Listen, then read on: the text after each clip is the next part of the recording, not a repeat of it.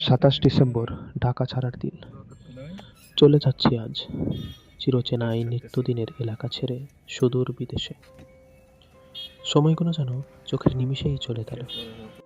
আসলে এত র্যাপিডলি সবকিছু ঘটেছে যে ভ্লগ তৈরি করারও সময় পাইনি আর কি। তবুও আজ চেষ্টা করেছি যতটুকু সম্ভব আমার বিদেশ যাত্রার মুহূর্তগুলো ক্যামেরাবন্দি করতে। উবরের জানালার পাশের সিটে বসে যখন ঢাকার পরিচিত রাস্তাগুলো একের পর এক পেছনে পড়ে যাচ্ছিল, মনে হচ্ছিল আমি শুধু একটা শহর নয়, আমার চেনা জীবনটাকেই ধীরে ধীরে ছাড়তে শুরু করেছি। এই যে সেই বেইলি রোড, এই রাস্তা দিয়ে কতবার নিত্যদিনের কাজে যাতায়াত করেছি। এরপর কবে আবার এই রাস্তায় আসব কে জানে। আজ একই রাস্তা, অথচ অনুভূতিটা সম্পূর্ণ আলাদা। সব কিছু পরিচিত, কিন্তু মনটা অদ্ভুতভাবে ভারী। আমি আসলে মানুষটা ভালো না। ফ্রেন্ডদের সাথে কথাবার্তায় সুযোগ পেলেই বলতাম এই ফালতু দেশটা যে কবে ত্যাগ করব। রাস্তাঘাটে চলতে ফিরতে অটোরিকশা আর সিএনজির চিপায় পড়ে কতবার যে দেশটারে অকথ্য ভাষায় গালি দিয়েছি তার হিসেব নাই। আজ সেই কথাগুলো মনে পড়ে খারাপ লাগছে। দেশের প্রতি আমার কোনো ক্ষোভ নেই আজ। গাড়ির ভেতরে সবাই কেমন যেন নিস্তব্ধ হয়ে বসে রয়েছে। ফ্লাইওভারের ওপর দিয়ে যেতে যেতে ঢাকাকে শেষবারের মতো একটু উঁচু থেকে দেখলাম।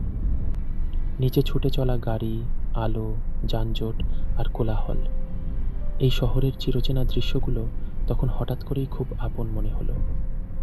মনে হচ্ছিল এই ব্যস্ততা, এই শব্দ, এই আলো, এসব আমি খুব শিগগিরই মিস করব।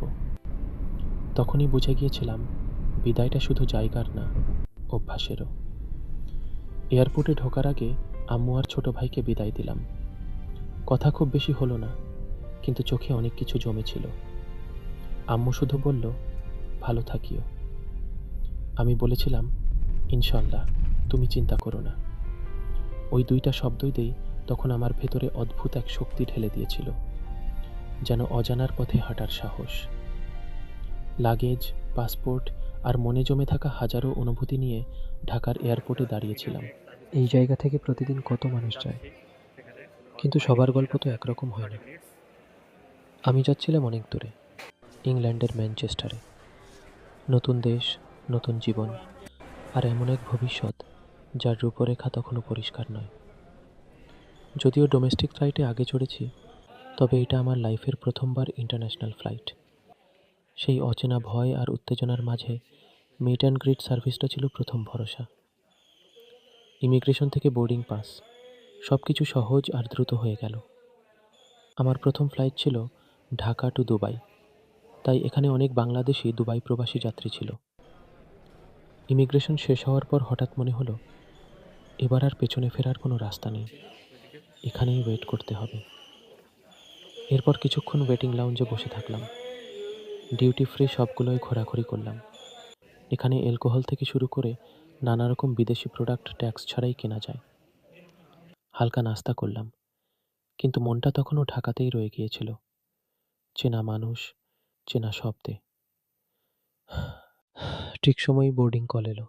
প্লেনে উঠলাম। প্লেনে উঠে বসতেই মনে হলো ইকোনমি ক্লাস আসলে ততটা আরামদায়ক নয়, বেশ চিপাচাপা। কোনো মতে ব্যাগগুলো লাগেজ কম্পার্টমেন্টে রেখে সিটে বসে পড়লাম। এবার যাত্রা শুরু হচ্ছে, আকাশের পথে, ঢাকা থেকে অনেক অনেক দূরে। প্লেন টেক অফ করলো। আমার সিট ঠিক জানালার পাশে। এমিরেটসের বিশাল পাখাটা দেখছিলাম। প্লেন যখন আকাশে উঠল, নিচে ঢাকা ধীরে ধীরে ছোট হয়ে যাচ্ছিল। জানালার বাইরে শুধু মেঘ আর অন্ধকার, আর ভেতরে শুধু ভাবনা। দিনের বেলা ফ্লাইট হলে খুব জমতো, ভালো ভিউ পাওয়া যেত, কিন্তু কি আর করার, ৮২,০০০ টাকায় ইংল্যান্ডের ফ্লাইট, তাও আবার এমিরেটসে, এরকম চিপ অপশন তেমন পাইনি আর কি। রাতের অন্ধকারের ভিউটাই ক্যাপচার করলাম। হা হা। প্রথম এমিরেটস ফ্লাইটে মেনু হাতে পেলাম, চিকেন বিরিয়ানি অথবা মাটন বিরিয়ানি। আমি বেছে নিলাম চিকেন। গরম বাসমতি চালের হলুদাব বিরিয়ানি, সাথে ক্রিস্পি ব্রেড, তাজা ফল, হালকা ড্রিঙ্কস, আর শেষে পান মশলা আর কফি। অনেকক্ষণ কিছু না খেয়ে এত খিদের চোটে মাথা ধরে গিয়েছিল। ছোট্ট এই খাবারটা তাই আমার দীর্ঘযাত্রায় একটু আনন্দ যোগ করল। যদিও এটা ঢাকার বিরিয়ানির মতো স্বাদে গন্ধে সেরকম টেস্টি না, তারপরেও প্রথমবার ইন্টারন্যাশনাল ফ্লাইটে একটি সুন্দর ডিনারের অভিজ্ঞতা একটু আলাদা বলাই চলে। মনে হচ্ছিল এই খাবার শুধু পেট ভরানোর না, এটা স্মৃতি হয়ে থাকবে। প্রায় 4 ঘন্টা আকাশযাত্রার পর দুবাই পৌঁছালো প্লেন। কি এক শহর রে বাবা, যেখানে সব কিছুই অনেক বড় স্পেস নিয়ে তৈরি, উজ্জ্বল আর ব্যস্ত। এই সেই দুবাই।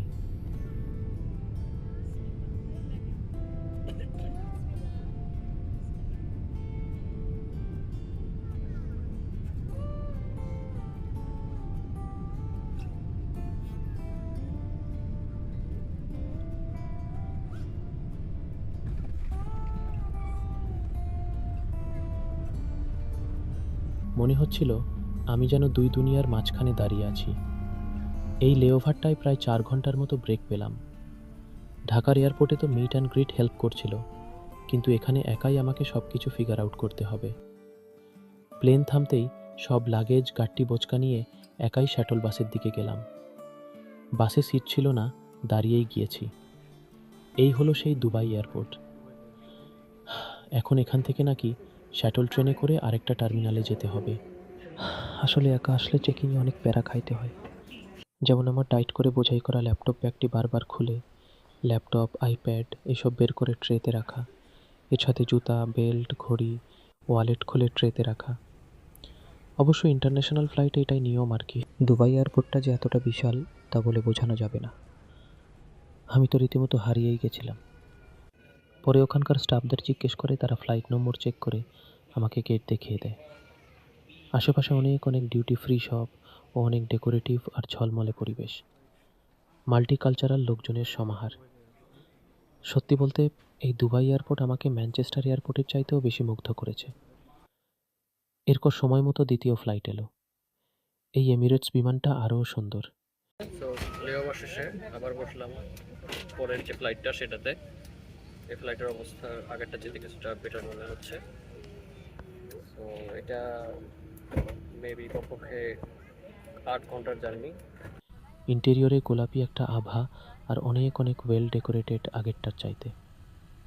সিটের পেছনে থাকা ট্যাবটাও আগেরটার থেকে আপগ্রেডেড। অনেক কমফোর্টেবল লাগছিল এখানে।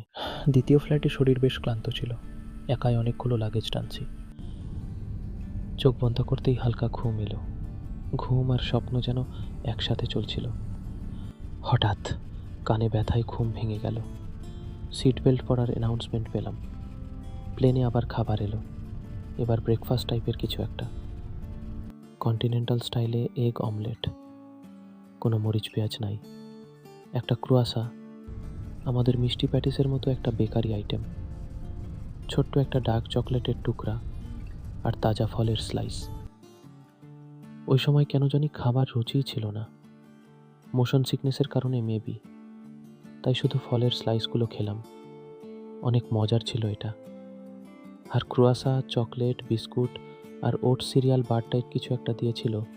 ওই শুকনো খাবারগুলোর কিছু ব্যাগে, কিছু জ্যাকেটের পকেটে ভরে নিলাম। পরে খিদে লাগলে খাবো। 28শে ডিসেম্বর ভোর 6:30।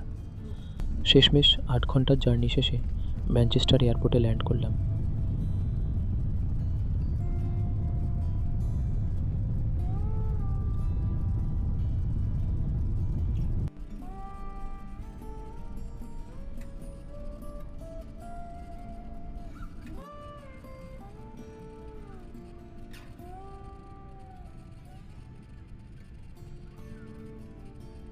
ইমিগ্রেশন আর সব কিছুই স্মুথলি শেষ হলো। আমার ইমিগ্রেশন শেষ হয়ে গেছে। এখন বেশি কিছু প্রশ্ন করে নেই, ব্লগ করি তো। আমার চ্যানেল আছে অবশ্য, একটা ইউটিউব চ্যানেল। বেল্ট থেকে লাগেজ কালেকশন করলাম। তো আমার ব্যাগেজ কালেকশন শেষ, ব্যাগেজ কালেকশন করলাম বেল্ট থেকে। এখন আর কি দেখবো উবার অথবা ট্যাক্সি নিয়ে আমি আমার গন্তব্যে চলে যাবো। ম্যানচেস্টার এয়ারপোর্টটা সুন্দর, সাদামাটা ডেকোরেশনে ছিমছামভাবে সাজানো। এক্সিট বেরোচ্ছি। সব কিছু যেটা নিয়ে ভয় ছিল সেটাই ঠিকঠাকভাবে পেয়ে গেছি আলহামদুলিল্লাহ। এয়ারপোর্ট থেকে বের হতেই পরিষ্কার ঠান্ডা বাতাসের ঝাপটা মুখে এসে লাগলো। সেদিন তাপমাত্রা ছিল 6 ডিগ্রি সেলসিয়াস। অনেকটা খুব শীতকালে বৃষ্টি পড়লে রংপুরের ওয়েদার যেরকম লাগে ঠিক সেরকম আর কি। আমার নূরজাহান মার্কেট থেকে কেনা এই টিম্বারল্যান্ড জ্যাকেটটা যথেষ্টই ছিল। আর একটা কথা না বললেই নয় যে দুবাই এয়ারপোর্টে আমার পরিচয় হয় বাংলাদেশি এক ভাই আর এক আপুর সাথে। আপুর ভাই আর তার ভাইয়ের ফ্রেন্ড ম্যানচেস্টার এয়ারপোর্টে তাকে রিসিভ করতে এসেছিল।